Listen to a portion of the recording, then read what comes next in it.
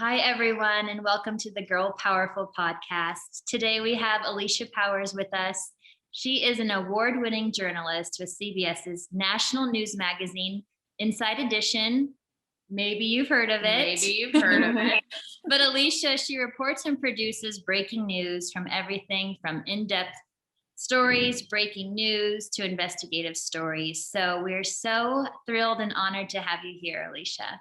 Thank you for having me. I'm so honored to be a part of you guys' amazing organization and all that you do. So thank you for having me. Well, thank you. And I also love your shirt. It has love across the front of it. Yes. Spread the love. Yeah, spread the love. That's right. So we work with girls from 8 to 14, and that's a really pivotal time frame for them when they're really developing their sense of self. So can Mhm. you go back kind of towards that age in your own life and what drew you to journalism? It was interesting. When I was ending high school and going into college, I was so excited, but I didn't know right then that I wanted to be a journalist. It definitely took some time.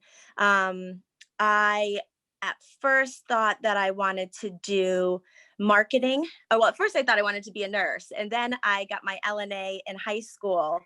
And I worked at a nursing home in a brain injured facility. And I just realized that there was some part of me that was just missing, And I actually had a full scholarship to go to college in Florida. And I decided not to do that because just in my heart, I wanted to help people. But in my heart, I knew I didn't have it to be a nurse. It takes a very special person to be a nurse. And I kind of felt lost, what do I do? So I went to school and I just took general studies and I studied everything. And then I thought marketing was a good basis for all different types of careers. So I ended up getting my associates in marketing. And I did a bunch of internships too. And I think that that's what's important. At the age of 18 or 19, whenever you're going into college, you don't know what's out there in the world yet. You don't know yourself. You don't know what's out there. So it's best to just be curious. And it's okay to change majors. It's okay to do all different internships amongst all different types of careers and industries so that you can learn what's out there in the world. And when I was in marketing, I did an internship with the AFL, which is the Arena Football League. And that's when I fell in love with the press box. And I was like, oh my gosh, like these people, their stories behind the scenes, the players, all different people, and just learning their stories. I was like, this is what I want to do. And it kind of came full circle because my dad was a pressman at the Boston Globe. And so I grew up going to the Boston Globe, and he would go and the newspapers would be flying over our heads and he would grab one with like ink coming down, and they were so literally hot off the press. Wow. And I was just like so in awe of how the news world worked. And I remember reading the Boston Globe as a young kid and being interested in all the stories beyond my scope of this, small town girl, like reading all these different things. And I was always fascinated by it. And I think that that stuck with me, but I didn't realize it until I was in college, and I studied a bunch of different topics, and then I did all these internships, and then I really found myself, and then I pursued a bachelor's degree in journalism, and I also took a year off of school, which is also something, people are just like, go to college, get it done. But you have so much time, you're young, and taking off of school was something that was hard for me because I've always just been the person that does what I'm told to do, go to school, get a job. But I ended up taking a year off of college when I first moved to San Diego because I got a job at PlayStation. And I only got this job because I was working at a little luncheonette at the time, and somebody came in that worked there, and they were like, you want to do journalism, you should know production. And I was like, I don't like video games, I don't want to do anything like this. But I reluctantly sent them my resume, and I went there for an interview, and I was blown away. I just about the production capacity and the cool things that they could do there. And I knew that that could help my skills in the TV broadcast world. So I took a year off and did a contracted job for them, and I learned so much there. Like my boss from PlayStation actually is one of the people that really helped me learn how to shoot and edit and how to be in front of the camera. But he taught me so much. And then I went back to school and I finished my bachelor's degree. And then right after that, I knew I wanted to be in TV journalism, and I knew how hard it was. So I was like, I have to go to New York, because if you're going to make it, you're going to make it in New York. And I took a leap of faith and I moved across the country back to New York and back to the East Coast. And then I went to grad school and at Hofstra, and got my graduate degree there. And Hofstra has such a good communication school. I learned so much there, and I was involved in different things there, like their radio station, which it was a lot of just undergrads there. Not a lot of graduate students did it, but I was like, this is a huge opportunity for me to learn and be a part of, the teachers there, the administrators. And then that led to a job That's at a really Inside good Station. point, though. Like what you're saying is like, take your time to explore and make connections. I think that if I could do college all over again, I would have been more present with who was in my classes with me, how I treated my teachers, how I formed relationships with all the kinds of people that you're meeting, because that really does open doors. Or like being friendly at your job, like you said, at that lunch place and the PlayStation Yeah. I walked in, and not, you know what I mean? I think it's Yeah. really important for like late teens and early 20s people to understand, like, this is like a time of learning for you. You don't have to know the answers, but definitely try to be as present as possible, because the universe is going to throw all these options at you. So like be Yeah. awake and kind of take them if you want them and leave them if you don't. Right. I definitely think the universe puts you in play, and you just have to be open and accept it for sure. And I think I was more open and accepting than I realized at the time. And I'm very thankful that I was just naturally like that. But, young girls need to understand that you don't have to go to the traditional 4 years of college. I think I was like on the 5 or 6 year plan of undergrad, just because I took time off and I changed my major so many times and I changed schools. And that's okay, because college is finding your way. And no matter how you do it, no matter how much time it takes, that's your own process. Yeah, I think college should be called like exploration or something like that. And Yeah. honestly, like, unless you really, really, truly grew up being like, I'm going to be a doctor, or I'm going to, be a marine biologist, like, you are allowed to change your major. Sonia did. Sonia did. And I think it's important to have the guts to do that, because you don't owe anybody anything. Like, this is your life. Did you feel expectations from a parent or anyone else, like when you did want to change or take a year off, or you're like, oh no, I'm afraid to tell them what I really wanted to go do? It was funny because my mom, I was always just the person, I got to go to school on time. I have to do this. I have to do this. I was very regimented. But my mom was like, you should just chill out and figure out what you want to do. So luckily I had a parent that was understanding of that and never judged me. At the same time, I wish she pushed me a little bit more at some things, but she was more relaxed than I was. So I kind of had to take a hint from her to kind of chill out, Yeah, I mean, there's one girl in our program that like is like, I'm going to be a pro soccer player. And it's like, I love that. I love her drive, and I love she shows up for practice. She's on all these teams, but I'm like, I just always am like, it's okay if you don't do that, or if you change your mind, because you might be burned out. She's like 13 and has been doing this passion, dream job already. So I'm just like, you don't have to do that, and no one's going to not like you because you didn't make it that way. Yeah. Or you can break one rule every now and again. Or skip practice. I dare you. Yeah. Yes, exactly. And life takes you in so many different directions. And people that I work with and I listen to their career paths, they've, gone all over the place to get to where they are. So life it's never just a straight away, it's going to throw things at you. There's going to be twists and turns. There's going to be a lot of things that you didn't expect to happen or you don't want to happen, but that's life. Life is all about learning lessons and growing and moving forward, and we just have to realize that. Yeah, and you had a big twist thrown your way that you shared with us. Yes. When you spoke, would you tell us a little bit of that when you moved to New York City? Yes, when I first moved to New York City, I got a puppy when I was in grad school, and my clumsy self should be in bubble wrap at all times, but I fell down a flight of stairs and I broke my nose, I broke my jaw, I broke all these teeth right here.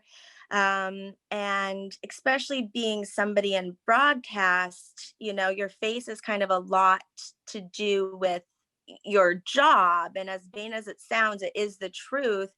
And for a long time, it never derailed me. Obviously, I kept going. But for, I would say, the past 9 years, it's been really hard on me because I would look in the mirror and I wouldn't see me. And I think it's affected me on a subconscious level more than I've let it really be aware in my mind. But I think that for the past couple years, I haven't pushed myself because I haven't felt like myself, if that makes sense. Um, but what I'm realizing now, especially through this pandemic, and I've had time to heal myself, I was able to get my nose fixed because it was a little crooked from the accident. And I'm in the middle of oral surgery right now. So if people see all these teeth are fake right now, and it's actually a bridge, and nothing is how it appears, right? So I'm dealing with all this stuff eternally, but it's also a big healing process for me. And what I've realized is that it's not about what you look like, even in broadcast. It's really about how hard you work and who you really are. And that's one thing that, even though basically breaking my face and dealing with this for the past couple years, I still worked really hard and I was still me. Even though I had really bad days and I had really sad days, the thing that brought me joy was working and success, and not just success as a monetary thing, but success in a way that I wake up every single day and am so lucky to be able to do what I want to do. And I love my job. And that just helped me keep going forward because I woke up knowing that I'm going to be doing something that I love and helping people along the way. And even though I feel like it has held me back for the past couple years, and I realize that now more than ever. Um, I just didn't let it define me because Yeah. I just couldn't. I had nothing else in life. I worked so hard for this, and So on those hard I days, was just gonna keep doing. on those hard Uh-huh. days, you just mentioned being grateful for all your opportunities, but what else did your inner dialogue sound like? Like on a day that you're like, oh my gosh, like this is embarrassing, or I can't believe this is what I look like right now. How did Yeah. you deal with those thoughts, and how have you like overcome them? Because you have, and like even having the guts to share, like, and truthfully be like, this is a nose job. These aren't my teeth. Like a Yeah. lot of women would never say that. Yeah. Well, Where is I that think coming from? Like the authenticity and the confidence. I mean, it almost makes me want to cry right now just You because cry. I've been through so much. But when I would have those days and would compare myself to other people and be like, people around me, especially in my close to me in my work field, you always think somebody's prettier than you or skinnier than you. And I would just talk to God and I would say, first of all, thank you so much for me still being alive, because I could have died in that accident. I could have broken my neck and be paralyzed. It could have been worse. Mm. And you just have to realize that anything can be worse in life. People are in worse situations, dire situations. I was lucky enough to be able to go to school, and my parents didn't pay for it. I still have student loans, but I did that. I worked so hard, and I think it's just the faith. I mean, it wasn't easy. It wasn't like those I just prayed and like that day would get better. Right. You would have like a couple of days where you feel down about yourself, but then you got to just look inside and just be thankful for what you do have. And then all you can do is just try to make it better from here. Just try to make it better. Like, I always thought, like, looking back at myself, like, okay, you don't look that bad on TV, or you don't look that bad in pictures, or you can still do your job with a crooked nose and your teeth don't look great, like you can still do it. Those things are just things in your own head. Well, that's You what I was, know? Yeah. that's what I was picking up on. I'm like, did anyone ever actually make a comment like that to you, or that was your own thing? Like, cause like what I had think you been through? I think it was my own thing. And like I even saw like friends that I see now, they're like, I can't even tell that like you had a nose job, you know, and it is very, very minor. It's very, very minor. Like this side, there was a piece of bone missing. But when you know yourself and you look in the mirror every single day, you feel different, you know, you look different. And you know, getting my nose fixed and getting my teeth fixed is definitely just for me. I realize now, and I do feel a lot better just because I feel like the old me again. But I also realize that this is obviously something that I had to go through in life and I had to learn from, and I did learn a lot from it. I learned that it's not just on the outside. And as much as people say that all the time, it's really about who you are in the inside. And I think that I truly understand that now. Well, I think that goes into a line from your bio is like you make people feel comfortable when you interview them. And then, in that comfort, they find, trust with you and they share something that they might not share with a different reporter. Can you talk about that a little bit and how you ease your interviewees and how you get the good juice out of them? Well, you know, we are all just people, and that's what you have to realize. Whether you're going to interview somebody in jail or you're going to interview a family that just had a tragedy happen to them, these are all people. These can be your family members, their brothers, their sisters, their mothers. They are people. And I really feel, I can't tell you how much I cry in interviews all the time, you know, but every single person that I meet I'm honored to share their stories. So I always tell them beforehand, this interview, luckily nothing is live on Inside Edition. It's all taped. So I just tell them like, we're just going to have a conversation, just like we're having a conversation now, whatever you feel comfortable sharing. And I'll help guide you along the way. But really, you just really have to have compassion for people. You know, I've never been a journalist that wants to just, I mean, of course, I want to get the story and I want to get the good, again, I want to get the exclusive and I will fight for that. But in a humane way, I'm not going to take away my values to get a story. But when you sit down with somebody that's opening up your world to them, you truly have to care. And I truly do care about everybody's story that I share because it's not easy sharing your story, no matter what it is. Even if it's a happy story, sometimes it's scary when you put a camera in your face, you know? So you really just have to have compassion and empathy for people because you have to understand that these are people, you know, and I really do care. And I have kept in contact with a lot of people over the years who I have interviewed and stayed in touch with them in their lives and everything that's going on. And I think it's so beautiful. And I'm so lucky to have met people from all over the country and have them share their stories. That's beautiful. That's amazing. I love it. Gratitude and compassion. Hmm. You've interviewed from everyone from A-list celebrities to politicians and hometown heroes. Do you have a little niche that you just hold closer to your heart or a favorite story that you've That's produced, a reported? that's a good question. Well, I am a huge football fan, so I had the honor for the past three Super Bowls to go and produce the Super Bowl with our team, which was just amazing.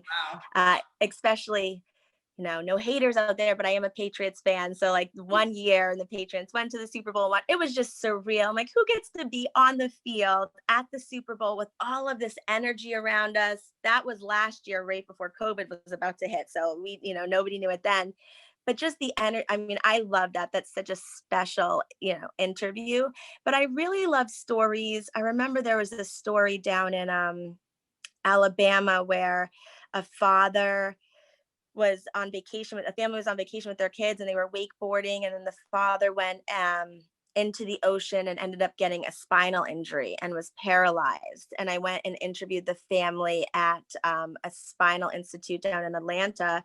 um, and just their resilience as a family and determination, like those are the types of stories that I love too, meeting these people who have gone through so much but are also still so happy and feel blessed and are showing people that things happen in life, but we can get through it, and we can get through it together. I mean, other than the big fancy, profile events like that, I love getting to know real people. So going to their home states, into their homes, seeing their lives, that I think that's the best type of stories I like. And there's so many, I can't even think. That was a good Well, and it's question. amazing too because you all reach millions of people with just that one story. And so it's like Right. you're touching their lives and they're touching your lives, and then it spreads and ripples out to millions of people.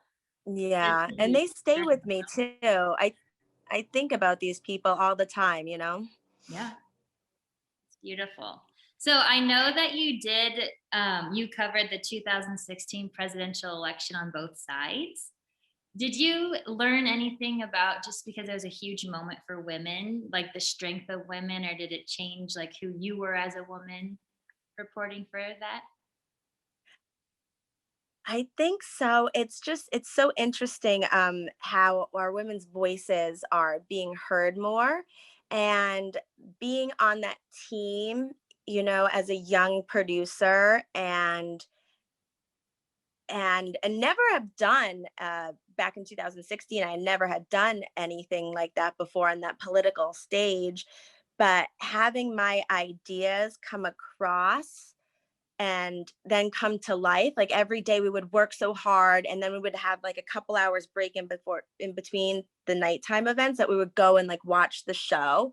So then to see all of my reporting and ideas go up live and see it on TV is just like, wow, this is amazing. You think about it in your head, and then you're shooting it, and you're going through all these crazy things. And then to actually see it in life and come to life on TV is really cool. And it's empowering, because you're like, sometimes you think, oh, my ideas are stupid, or maybe this is not going to work. But then you're verified, when you see it on the big screen. And I think it just helps having strong women that I work with, like on those two, whereas Diane and Deborah and the other reporters that I work with, having strong women as role models also really helps. And they've been leaders, especially Deborah Norville is a leader, and she's always there to chat, to help with ideas. So I think that as a woman, having a strong woman with you and leading you along the way is something that's priceless. And I've never had that before. I come from of course I have a mother, but I have five brothers, so I come from this world of men. And so being under a wing of a strong woman has really helped me, I think, in my career, and made me believe that my voice is strong and should be heard, and my ideas are validated. And we just work on that every single day. Yeah, I love that you have female mentors. I mean, that's what we are to our girls. So mentorship is so Hmm. important to help you get to where you're going. Have you seen a lot of different like routes and changes in the past couple years in journalism, seeing like more spotlights on women and more opportunities even for people of color, like women of color in industry? Have you ever I like do. yeah, like tell us what that looks like now. Like what does it seem like in the newsroom? I think that we are just more open, as a society. And I think that just ripple effects, and especially in the newsroom. What we have an executive producer who is a gentleman, and then the executive producer is a woman. She has a strong opinion, and I mean, I would not mess with this woman. She is strong-headed. She has made her way all throughout these years and got to the position of co-executive producer. And just to see that she had gone through the industry all these years, especially in the news industry, where it was predominantly men for so long, in the 70s, 80s, and early 90s, even the later 90s, the fact that she was a bulldozer and just bulldozed her way through and made it to the top, it really opens it up to other women. And in my newsroom, we're lucky enough where everybody's voice is heard, no matter who you are. But I think that with all the Me Too movements and people able to have their voice and not it being shut out anymore, I never saw that like directly in my newsroom, but seeing it in the industry, it becoming open and breaking those boundaries. I think that we're just going to get more open and work up from there. And everybody has an opportunity, no matter who you Yeah. are, where you come from. And especially like since you guys essentially are storytellers by being reporters, like all kinds of people need to be behind the storytelling, you know, because everyone sees Mhm. the world so differently. So it's great that things are changing and moving forward. I agree with you. And the more people from different backgrounds and cultures, and no matter where you come from, your stories play into how you tell a story, just like you said. And so, and also we all learn from each other. So I think just being diverse in any industry, but especially in the news industry, is definitely a plus. Yeah, I agree. I like that you called your producer a bulldozer, not a trailblazer, a bulldozer. Oh no, yeah. She's a bulldozer. Yeah, forget it. Anything can happen. That woman will make it happen. Yeah, awesome. I love that. My first job, I worked at a Fortune 500 company, and I supported a male EVP and then a female SVP. And it was so interesting because I learned so much from both of them. But like Frank, the guy would be like, if you go out for drinks, like have one drink and then leave, like never be the last girl at the bar, you know, like that kind of stuff. Yeah. And then he'd talk to me about money, and then we would have totally different conversations with, you know, the female boss. And it was just really interesting because she taught me to like, there's always a yes, like never accept a no. And I thought that was so interesting because there she was, the only executive, you know, up there who was a female. And then I learned like not to take no from people. But That's so interesting. Solution, you know. And we do need that balance too, that male balance, that female balance. But being a woman, to have somebody that, that already has been there and done that and won't take no for an answer, but then teaches you that, I just think it makes so much more of an impact, in that it makes more of a connection to us. Yeah. So if someone's listening and they want to get into journalism and you were their mentor and they're like, what's a one-liner you would share with them and teach? That's a good question. A one-liner? Like, so like just step like, one, don't take no for an answer, or yeah, after one drink, or what? Like, what is it? Yeah, I would just say never stop. Love that. Just because people are going to tell you no, you're going to hit roadblocks. You're not going, I came from a small town on a dirt road in the middle of nowhere, not knowing anybody. I never thought that I could get to a national news level, but I just didn't stop, So just don't stop and just believe in yourself. I second that. I think it's so true.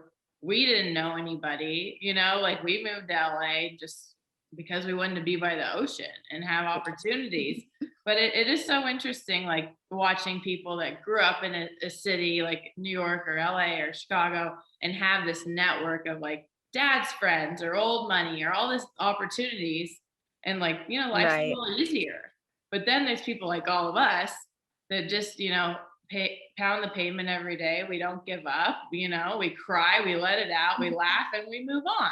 So I think and that's why we're doing this. We want to share that there's all kinds of women doing amazing things that didn't get, So, no, and you guys moved to a tough city too. Yeah, didn't get a free ride. And what we've noticed on all of our podcast guests, like I think you're like number 20 so far, we are only seeming to be drawn towards like women with adversity and have overcome things and are change makers and putting themselves out there as their authentic selves, which is so special to see all these powerful people in elite jobs and like the cream of the crop, but also staying in tune with who they are. And I think that's so important to like have heart behind all the missions. Yeah. A lot of people say sometimes when you get to a point in life, you forget about who you are, but I can never imagine getting to that point because it has made me who I am. All these battles, all these fights, all these tears. Mhm. It's and I'm thankful for that. You know, before I was just like, oh, why can't I have parents that pay for college, or why can't I have somebody that can help me in this? But at the same time, it made me reach out and meet so many more people, do so many more things in my life, like internships in school, that I am so thankful for because I have so many great memories and friends along the way from this journey because I had to fight so hard, that I would never want to change that now for the world. Yeah, and I think that you learn how to connect with all walks of life, and that's always a gift. And unless Yeah. you have those challenges along the way, you don't learn that lesson. Mm. And it's okay. Girls should know that when you're young and you're trying to think about what you want to do or where you want to go with your life, it's okay to be scared. That's Yeah. part of it.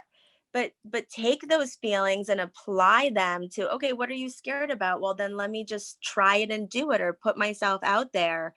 It really gives you some ignition to do something better than where you are and who you currently are and just make you a better person.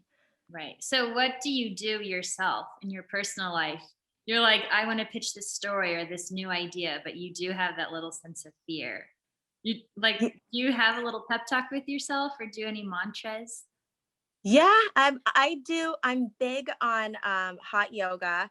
Thank goodness they just opened back up the Yeah. studios because this past year I've been out of my mind crazy because it really like helps center me because I'm always all over the place. So yoga is something that really centers me and gives me an hour and a half to be in a meditative state all by myself with my own thoughts or trying to leave have those thoughts leave me. That is something that I've practiced since 2007 that has really helped me in life. And again, that's just me. Um, but if I'm nervous about something, about a meeting with my bosses or a pitch or something new that I'm going to do, I reach out to my friends, to people that I work with, and I talk it through. You know, there's something coming up in the next couple weeks, and I'm nervous about it. And so I talk to a girlfriend, and she's helping me. She's very successful. I trust her. I really like soak in everything that she says. And then I reach out to other people I know that may have gone through what I'm going through and speak to them about their thoughts about how to approach the situation, how to talk in the situation, what I should do. I I'm just I guess I'm just kind of gathering, just like I gather news every day. I think that Yeah. it's best to talk to people, like think about in yourself what you really want to do, then tell the people that you respect and know that will give you good advice because they're professionals or they've been there before. And then I take everything that they tell me, sit on it, reflect on it, and maybe go back to them again and then go do your thing. But I think it really helps when you have people that you really trust and respect their opinion, to really get their opinion and to shape what you're going to do next. I think that really helps me. Yeah, and then they can follow up with you, and be that cheerleader that, yeah, Yeah. of course we want to cheer for ourselves and have that power inside us to do so. But let's be real, we're all human. We love that pat on the back and being seen by our peers. It's so important for our self-esteem. Yeah, and especially getting insight from people that have been there, done things before. Every situation that you go into or you talk to your bosses about or something, big event that may be coming up, it's so scary at first. Then you get in your own head so much. And then a lot of times when that situation is over, you're like, why did I make that such a big deal? You Right. know, but that's still not changing Magnified my in your nerves on mind. the inside, right? Yeah. Yeah. When I was younger, I didn't realize how important my social support system was. And it Mhm. took a lot for me to even ask for help doing anything. So I think right now, where people have lost their social support systems, it's really important to promote that, like, hey, you can reach out to me. Or like with the girls, we're like, you can ask us anything. You can call us, Mhm. you can text us. Mhm. Because sometimes asking for help, even like, in the smallest way, can be really scary. And people are like, oh, I'm going to bother them or I'm going to be a pest to them. When really, like, people want to help. Yeah. Yes. The bottom line is like, if anyone reached out to me, I'd be like, I will gladly talk to you. And it makes you feel good to help and, you know, be wanted. Yes, it does. I love helping people. And also you learn something too when you help people. You Mhm. learn something about yourself, or you might learn something new. And it's just, I couldn't have got where I am without people helping me along the way. So I just want to reciprocate that and give that back to people. Same. Love Yeah. that. Well, Alicia, our last question is always the same to all of our wonderful guests. And it is, what makes you feel most alive? Ooh, what makes me feel most alive? I think what makes, that's a good, you guys have great questions. Thank you for noticing. Yes. That's a good question. I think being able to get up every single day and meet new people and just meet new people and be inspired by life. And especially in the news business, sometimes there's a lot of negativity or sad stories, but waking up every day and having, no matter what happens in your day, a little bit of positivity or a little something that's excite you, or even if it's like a cute little moment of a cute dog walking down the street when you've had a bad day. I always just try to find like one moment that makes me smile, and that makes me feel the most alive, just to be thankful. That's beautiful. That's like life's biggest lesson, is to be grateful. Mhm. Yeah. I'm grateful for you for spending It's time great. with us. Yes, it was so awesome meeting you guys. And I want to be a part of anything that I can help with you guys and the girls, because I think that what you guys are doing is amazing. And I wish I had you guys when I was my younger self. Me too. Thank you, Alicia. Thank you, Alicia. We'll talk soon. Okay, we'll talk. Thanks, girls. Bye. Bye.